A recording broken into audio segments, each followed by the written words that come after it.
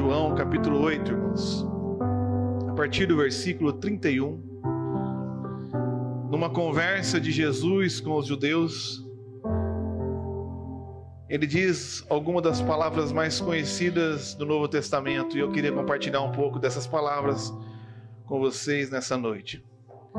Jesus disse aos judeus que creram nele: vocês são verdadeiramente meus discípulos se permanecerem fiéis a meus ensinamentos. Então conhecerão a verdade, e a verdade os libertará. Mas somos descendentes de Abraão, disseram eles. Nunca fomos escravos de ninguém.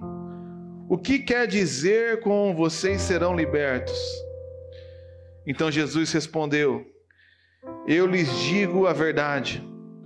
Todo que peca é escravo do pecado. O escravo não é membro permanente da família, mas o filho faz parte da família para sempre. Portanto, se o filho os libertar, vocês serão livres de fato.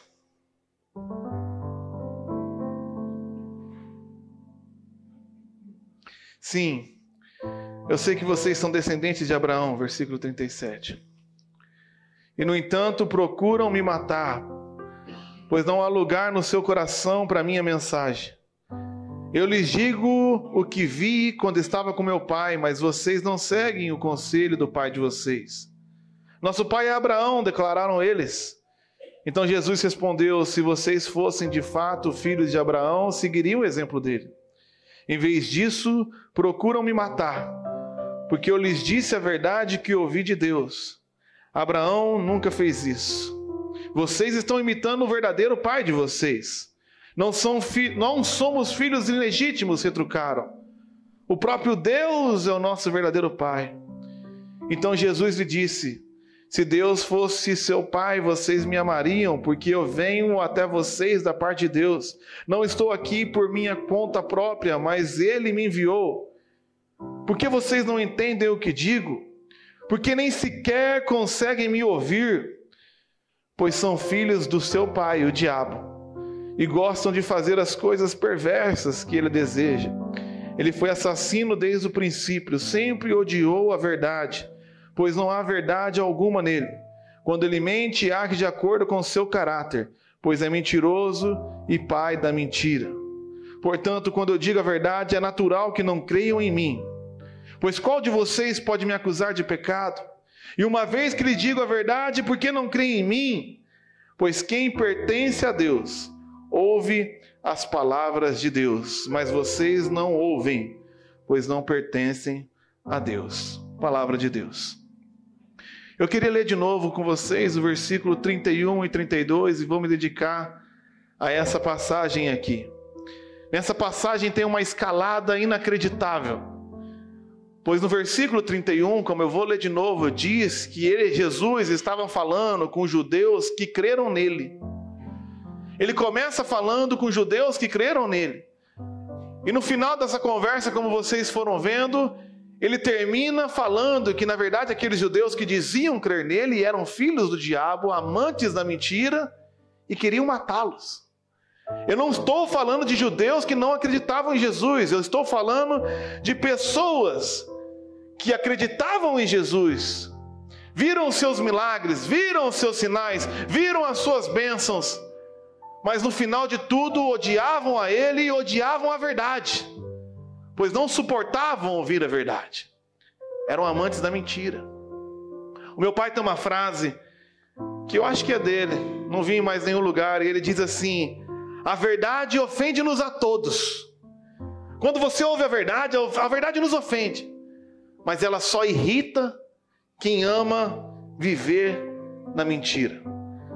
Nessa noite você vai precisar decidir se você aceita ser ofendido pela verdade e com a verdade ser liberto por ela, ou se você decide se irritar com a verdade e continuar aprisionado com a mentira.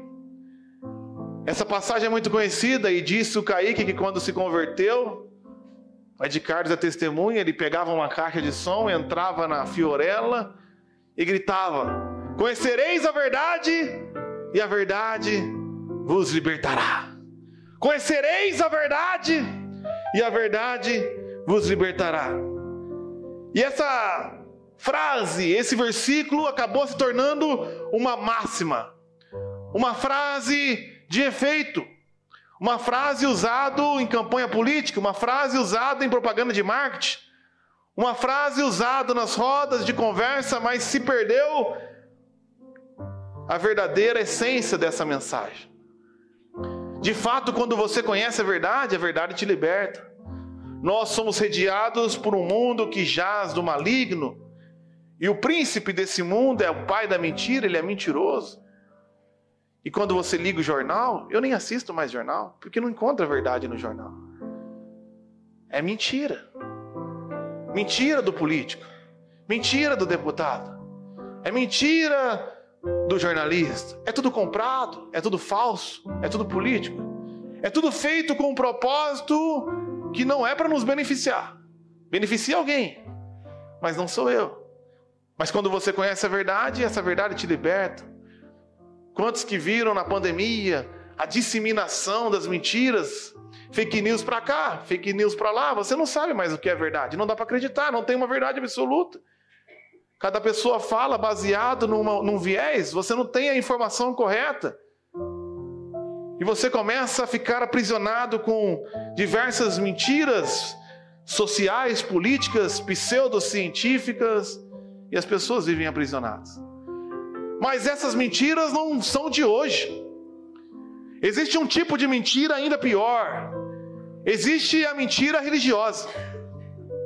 A mentira da superstição. É o gato preto. É passar debaixo da escada. É a mentira da cobertura espiritual. A gente estava jogando vôlei segunda, a Renata começou a brincar com a irmã da igreja sobre o chinelo. A gente estava brincando, lógico, mas me fez lembrar de uma superstição tão antiga, eu nem lembrava que existia. Você joga o teu chinelo de ponta cabeça e a tua mãe morre atrás da porta. Para pensar um minutinho sobre essa máxima. O teu chinelo, um pedaço de borracha fica de ponta cabeça. E o fato desse chinelo mostrar a sola para cima irrita de uma maneira sobrenatural alguma entidade onisciente e onipotente, porque onde quer que se vire um chinelo, essa coisa que nós não sabemos o que, fica nervoso, irritado. E quando ele vê a sola do chinelo, o ódio dessa coisa é tão grande que ele vai procurar a tua mãe onde ela estiver, vai esperar ela entrar em casa e vai matá-la. Mas não vai matar em qualquer lugar. Vai matar atrás da porta.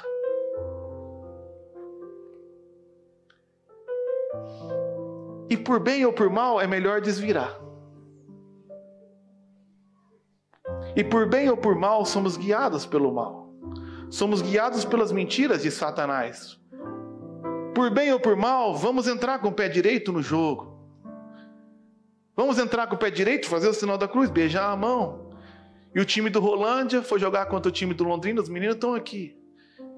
Todo mundo entrou com o pé direito, fez o sinal da cruz, beijou a mão e tomaram de 11-0. Se eu fosse Rolândia, eu ia entrar saltitando com o pé esquerdo na próxima, porque não tem como ser pior do que 11-0. Mas no próximo jogo eles vão fazer a mesma coisa, porque por bem ou por mal, passando na frente do negócio, tá amarrado. E a gente acredita em agouros, em olho gordo. Não vou dar testemunho, tem muito olho gordo. É um Deus, é o olho gordo. Não sei o que é isso. Que desgraça é essa? Que se contar, o olho gordo vai tirar. E você acha que isso não faz mal? Mas nós vivemos numa cidade supersticiosa. Numa cidade que abandonou a verdade. Numa cidade recheada de pessoas que amam a mentira. E ouse você falar mal da mentira. Porque se eu quiser namorar alguém, você sabe o que eu vou fazer? Eu vou pegar o São Francisco, vou pendurar de ponta cabeça num copo d'água, e quando ele fica... Santo Antônio, Mal, foi mal. Você conhece, Vanessa do céu? Você fez isso. Misericórdia. Você fez isso e conseguiu Elias. Você vê que não funcionou. Se tivesse pendurado São Francisco, talvez tinha conseguido David Beckham. Então, você fez o santo errado. E pendura o miserável lá, e ele começa a se afogar e pensa, vou arranjar uma mulher para ela. Pelo amor de Deus. O coitadinho tá lá no céu, fez tudo certinho, tá bonito lá, deixa ele lá. Ah, mas isso não tem nada a ver, isso interfere em tudo. Interfere em tudo. Interfere no que você vê a vida. Interfere na maneira como você é guiado. Mas quando você conhece a verdade te liberta. Conta a história de um missionário que uma vez foi na África e ele descobriu na África que eles adoravam uma entidade que tinha que, de vez em quando, fazer sacrifício do primeiro filho. Então, se você tivesse um filho, o casal tinha que sacrificar para esse Deus. E quando o missionário de Londrina, Ronaldo Lidório, chegou lá, esse vídeo está no YouTube, ele juntou toda a aldeia e falou, tem uma notícia boa para vocês. A informação não chegou aqui, mas o Deus Criador dos céus e da terra não quer que vocês sacrifiquem o primeiro filho de vocês para que se tornem favorável a eles. Ele fez algo para aplacar a ira do mal. Ele sacrificou o seu filho primogênito para que todo aquele que crê não pereça, mas tenha vida eterna. Quando as pessoas ouviram isso, você vê elas jogando as cadeiras para cima e começa uma festa que não termina naquele dia, porque a verdade liberta. Vocês já ouviram falar dos vikings? Você vê no cinema, na Marvel, Thor, Odin.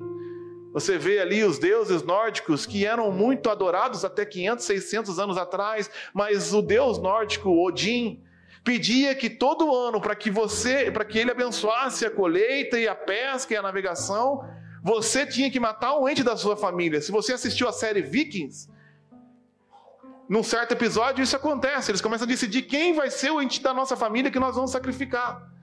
E eles sacrificavam esse ente da família.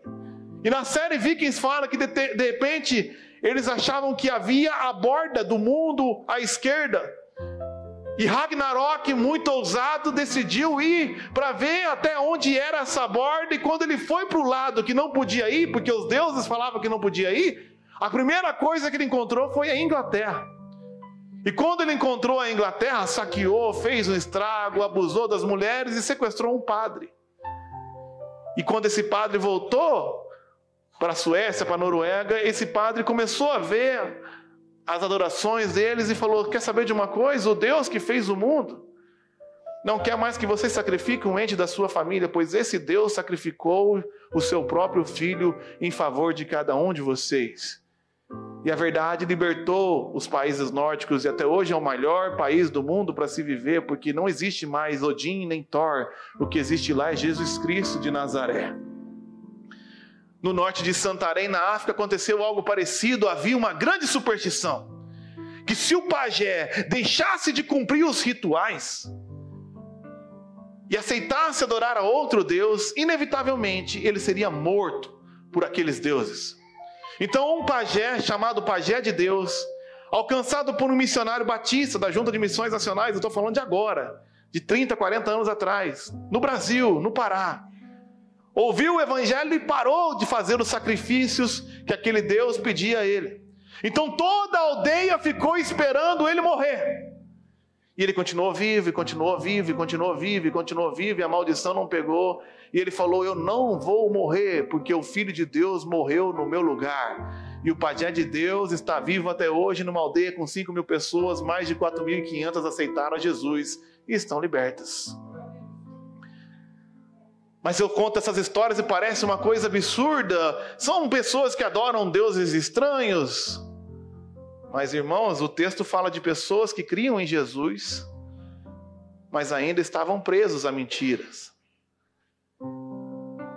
Pessoas que creem em Jesus, mas acham que se sair de determinada igreja, a pessoa vai morrer.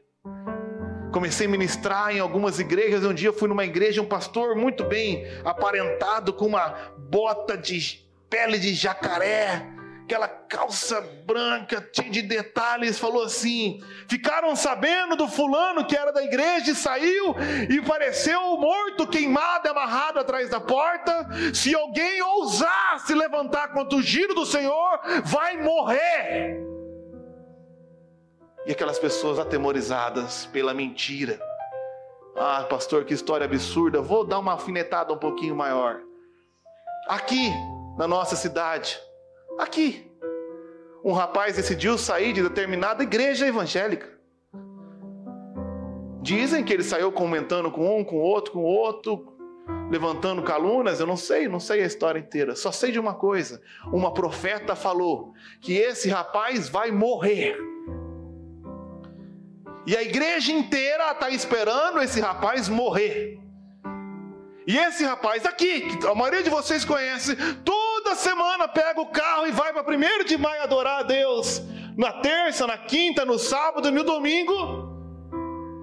Pega a estrada e o povo está torcendo como eu ouvi. Oh, profeta, quem nos dera que ele morresse logo, para que todos soubéssemos que somos a verdadeira igreja.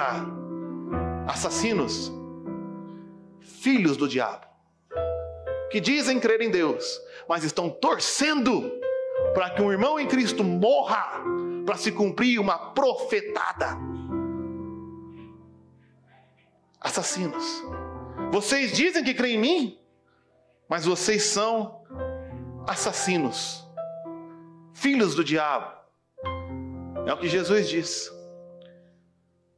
Cheios de superstições, cheios de mandingas, cheios de crendices que estão distantes, muitos distantes da palavra de Deus. Você sabe por que talvez Deus está abençoando essa igreja, está crescendo?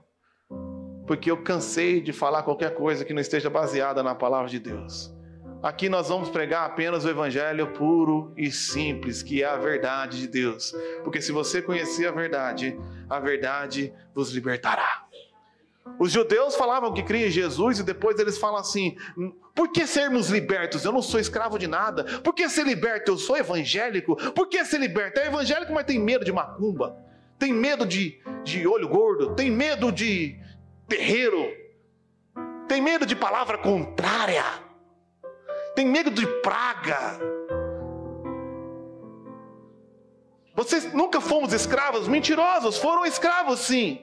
Politicamente, os judeus foram escravos dos assírios, foram escravos dos egípcios, foram escravos dos babilônios, foram servos dos filisteus, foram escravos e eram escravos de Roma. Não, nós não somos escravos políticos, nós estamos falando que somos filhos de Abraão e jamais fomos escravos espirituais, jamais cometemos o adultério, jamais adoramos outro Deus. Pô, mas que história é essa que os judeus estão falando? Porque de começo ao fim do Velho Testamento estão hora ou outra adorando a Baal. Baal, B-A-A-L, Baal, Beelzebu, Astarote, Asmodeu, Leviatã, que junto com Lúcifer formam o pentagrama dos 5 maiores potestades do inferno. Adoram outros deuses, adoraram o próprio diabo. Eram escravos, sim. Adoraram deuses estranhos, unções estranhas, experiências estranhas, espíritos estranhos. Não, mas eles estão falando desse povo fariseu que não adorou outros deuses, não está falando de política. Não eram escravos sim, porque não ouviam e obedeciam à palavra de Deus. Acreditavam em doutrinas de homens, acreditavam em conceitos de homem, e na dúvida, ofendem a Deus. Porque Jesus não é uma verdade, Jesus é a verdade. Os judeus não eram guiados pela palavra que sai da boca de Deus. Nós estamos estudando na célula o livro Uma Vida com Propósito, do pastor Rick Warren, e nessa semana o assunto foi o que dirige a tua vida. Talvez você não se identifica com essas superstições, com esses agouros, com essas espiritualidades estranhas, com esses outros deuses, mas o Rick Warren fala que talvez você se diga crente, mas não é dirigido pela palavra que sai da boca de Deus. Algumas pessoas são dirigidas pelo medo. Medo. Toda decisão da sua vida é baseada no medo. Medo. Medo de morrer. Medo de dar errado. Medo de passar fome. Medo que a pessoa vai viajar e vai ficar. E é dominado pelo medo. Medo de não ter dinheiro. Medo de não ter recurso. Medo da política. Medo de não sei o quê. Medo. Salmos 91 fala: aquele que habita no esconderijo do Altíssimo, na sombra do Onipotente, descansará. Eu vou ter medo do quê, irmão? Vou ter medo de quem, irmão? A quem temerei? Alguém me disse, você vai ver, você vai pagar, a tua família vai ser destruída. Meu Deus, rogaram praga. Medo do quê, irmãos? Medo de quem, se eu sirvo o Rei do Universo? Conta uma história de uma senhorinha, eu já vi essa história em 1000 versões, mas uma senhorinha que era aposentada e ganhava muito pouco e sempre dependia da provisão de Deus para sobreviver. E ela ia todo dia na varanda da sua casa e falava: Senhor, Tu sabes que eu preciso, Tu sabes das minhas necessidades, cuida da minha família. E quando a provisão chegava no fim do dia, ela falava: obrigado, Senhor, porque mais uma vez o Senhor não falhou e cuidou de mim. E um vizinho que ela tinha era ateu, não estava incomodado com aquela oração que ela fazia ao ar livre. Um dia ouviu ela falar da sua necessidade, sabendo que ela precisava de uma coisa, foi no mercado, fez uma imensa compra e deixou na porta daquela senhora, depois que ela fez aquela oração: Senhor, cuida de mim. Quando a senhora saiu na porta, viu aquela imensa compra, ergueu as mãos para o céu e agradeceu: muito obrigado, Senhor, porque o Senhor não falhou mais uma vez, o Senhor tem cuidado de mim. E o vizinho ateu começou a rir e gargalhar, ela perguntou: por que você está rindo? E ele falou assim: não foi o teu Senhor que te deu essa compra, o teu Senhor não existe, quem te deu a compra sou eu. Então a senhorinha falou: obrigado, Senhor, porque o Senhor me deu a compra e fez o diabo pagar.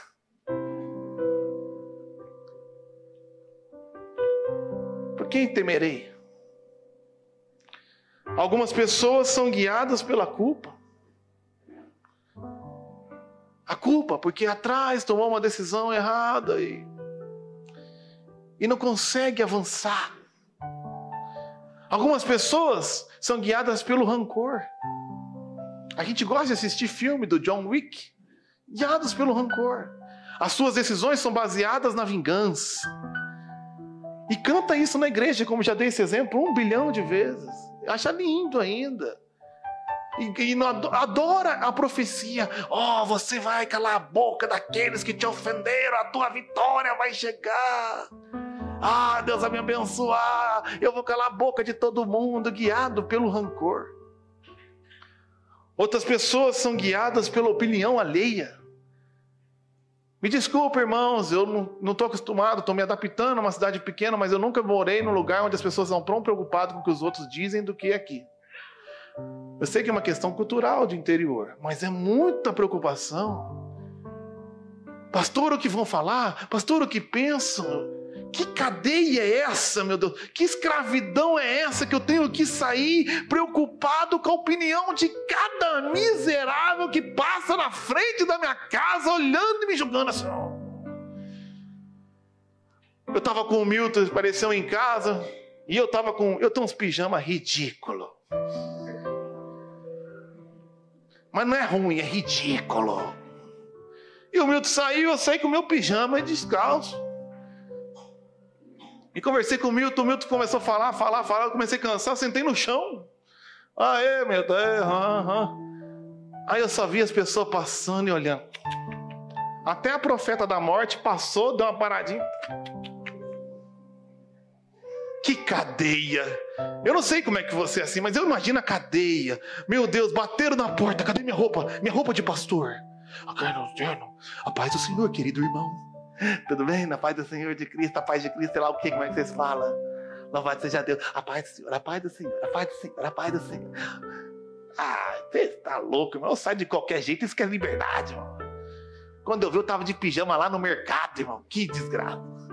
A Renata fica louca, quando eu vi, eu tô de chinelo. Ah, você é um mulambo, eu sou livre, irmão. Se veste como você quiser, mas não enche minhas paciências, não. É maior legal. Do jeito que eu saio, eu vou. Livrão. Maravilha. Ah, mas eu não gostei do jeito que você pregou. Eu não gostei do jeito que você cantou. Eu não gostei. O problema é teu, irmão. Gastar pouquinho. Eu sou livre.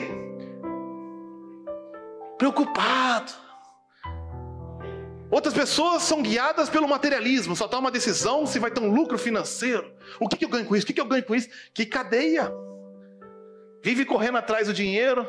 Diz Dalai Lama que a pessoa gasta a vida e a saúde para conquistar o dinheiro, para no final da vida gastar o dinheiro para recuperar a saúde que perdeu tentando conquistar o dinheiro. Corre atrás, mas não perca. Não seja guiado por isso. Mas a maioria de nós somos guiados pelo pecado. Que escravidão. Quanta escravidão, irmão. Fazer uma coisa que só traz desonra a Deus, prejuízo para o nosso corpo, ofensa para os nossos irmãos. Que tristeza. A causa de tanta desgraça e destruição. Mas a Bíblia fala que se você conhecer a verdade te libertará. A verdade te liberta porque quando você experimenta e descobre que Deus está no controle de tudo, Ele está no controle de tudo, e Ele te ama, e Ele se importa com você, e Ele faz com que todas as coisas trabalhem junto para o seu bem, você é liberto do medo. Porque talvez, quando você descobre que Deus sabia exatamente o que você fez, quem você era, e mesmo assim não se importou em te escolher, te chamar e morrer por você. Mesmo sabendo que muitas dessas coisas voltariam ocasionalmente a se repetir, Ele não teve nenhum problema em te chamar, pois Ele pagou o preço. Então você é liberto da culpa. Quem me condenará? Se é Cristo Jesus quem me justifica. Você é liberto quando conhece a verdade, porque quando você descobre que não precisa mais se preocupar em ser aceito por ninguém, porque eu já fui aceito por Deus. Por que eu me importo com a tua opinião? Me desculpa. Então, os meninos vão jogar bola, o Neymar vira para eles e fala: poxa, vocês são bons pra caramba. Aí vem um Zé pançudo igual eu, vou lá no estádio e grito: seus moles! Peraí, o cara foi elogiado pelo Neymar, você acha que ele tá ligando para um barrigudo igual eu? Deus do universo me aceitou em Cristo Jesus, irmãos. Então eu não dou a mínima para a opinião de ninguém. Me desculpa. Qualquer pessoa menor que Deus, eu não me importo. Você é liberto da opinião dos outros. Quando você descobre que Deus é o dono de toda prata, todo ouro, e esse Deus que é dono de tudo é teu Pai, te quer bem, cuida de você, porque Ele cuida da plantinha, Ele cuida do passarinho. Não vai cuidar de um filho dele? Você é liberto do materialismo, porque a graça de Deus te sustenta a cada dia. Basta cada dia o seu próprio mal. Amanhã Deus vai cuidar de tudo. Hoje eu vou dormir. Eu vou lançar sobre Ele a minha ansiedade, porque eu tenho certeza que esse Deus Todo-Poderoso tem cuidado de mim. Você é liberto do materialismo. Mas quando você descobre que esse Jesus não apenas morreu pelo teu pecado, mas você morreu com Cristo. E não apenas morreu, mas juntamente com Ele ressuscitou e foi assentado nos lugares celestiais. E esse Cristo não apenas morreu e ressuscitou para te dar um exemplo, mas agora Ele deliberadamente escolheu viver dentro de você. Você é liberto dos domínios do pecado. Quando você conhece a verdade te liberta. Mas eu tenho falado aqui, irmãos, de ideias até o momento, mas a verdade não é apenas uma ideia. A verdade é uma pessoa. Ele disse em João 14, eu sou o caminho, eu sou a verdade, eu sou a vida. Ele não diz que é uma verdade, ele é a verdade. Ele é a verdade absoluta. E ele é uma pessoa. E a verdade que é uma pessoa decidiu ser conhecido por nós e se relacionar conosco. Quando eu namorava a Renata, eu já contei 1 milhão de histórias, talvez eu vou tentar contar uma diferente hoje aqui. Que eu era pobre, vocês sabem, porque não mudou nada até hoje. Mas eu era estudante, não tinha dinheiro. Meu pai me dava R$1,90 por dia para almoçar no RU, que é o restaurante universitário da UEL. R$1,90 por dia. Na época eu não era gordo assim, acredite você, meu apelido era Magrelo. Então, eu não sei o que aconteceu também. E eu juntava R$1,90, R$1,90, dava lá R$5,70 e comprava um cartão da Sercontel de R$5,40, de 40 unidades, para ligar para Renata na quarta-feira, meia-noite, no orelhão. Essa história eu já contei. Mas meu pai não me dava dinheiro para ir visitar, porque a Renata morava em Bandeirantes, eu morava em Londrina. E o pai da Renata, muito menos. O que você não sabe é que eu pegava alguns livros e pegava uns dicionários, procurava algumas coisas que eu tinha, andava a pé, porque eu não gastava dinheiro com ônibus, e em Londrina não é a mesma coisa que Bela Vista, eu andava a pé da onde eu morava, até o Sebo, Londrina, para vender os dicionários e conseguir juntar R$40 para ir para Bandeirantes, e mais 40 para voltar. Esse milagre acontecia uma vez por mês, quando muito, uma vez a cada 3 semanas. E eu comprava, então, eu ficava sem almoçar, eu ficava sem meus livros, comprava uma passagem, botava uma mala nas costas, ia a pé até a rodoviária, entrava no ônibus, chegava na rodoviária, o meu sogro não me buscava, nunca me buscou. Eu botava aquela mala nas costas e ia andando a pé naquela miséria daquela cidade que tem 35 graus com sensação térmica de 780, que lá é um inferno na terra. Para chegar para a Renata e falar assim, voltei, cheguei. E meu sogro falou assim, hoje não, vai dormir lá não sei aonde.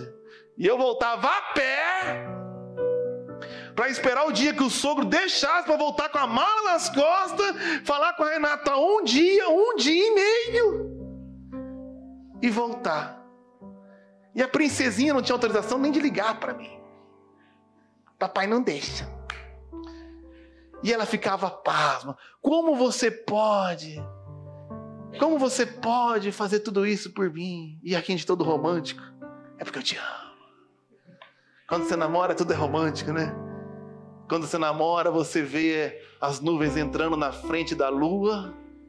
E a namorada fala, amor, por que as nuvens estão entrando na frente da lua? E você fala, porque elas estão com vergonha da sua beleza. O ruim ainda é assim. Mas quando você casa, ela tenta de novo. Amor, porque as nuvens estão entrando na frente da lua. Você não vê que está nublado, imbecil? Vai chover, pega logo a roupa do varal. Oh, caramba. Quando você namora, os bichos são pequenininhos, né? Gatinha. Quando casa, vira, os bichos crescem. Vaca. Ai, que besteira, não tem nada a ver com o que eu tô falando. Mas eu fazia de tudo para ver a Renata. Eu fazia de tudo. Eu fiz de tudo, cara. Agora, você acha que isso é amor? Billy Graham uma vez contou uma história de um menino que estava no jardim.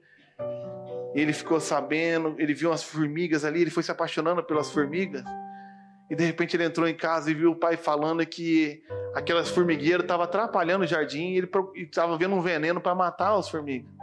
Então o menino começou a ficar desesperado, voltou lá e começou a tentar avisar as formigas para elas fugirem, porque o pai ia matar. Ele botava a mão na frente, as formigas desviavam, as formigas subiam, ele falava, foge, foge, foge. As formigas não entendiam, porque elas se comunicam por feromônios, não entendia o português, o inglês, né? E de repente o pai do menino foi lá e matou aquelas formigas. O menino ficou desesperado e ficou pensando, se eu soubesse falar com as formigas. Ah, se eu soubesse falar a língua das formigas, se eu pudesse virar uma formiga e poder avisar para elas do castigo, elas não teriam morrido. Mas a Bíblia fala que Deus abriu mão da sua glória, semelhante a um homem se fez. Ele abriu mão daquela plenitude toda para se fazer como homem e falar para você que Ele não veio aqui para te condenar. Ele veio para te salvar.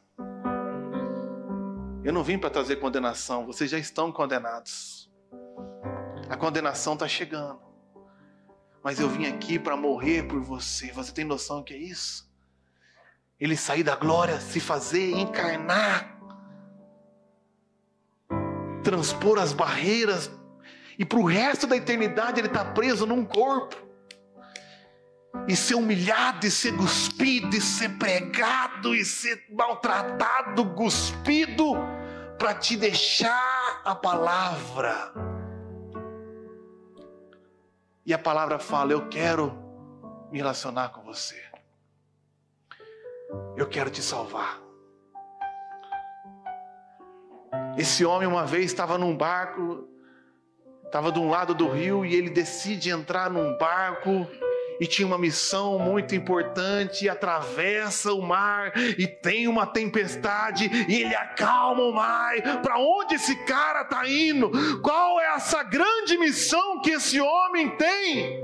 E quando ele chega do outro lado, ele se comunica com um endemoniado,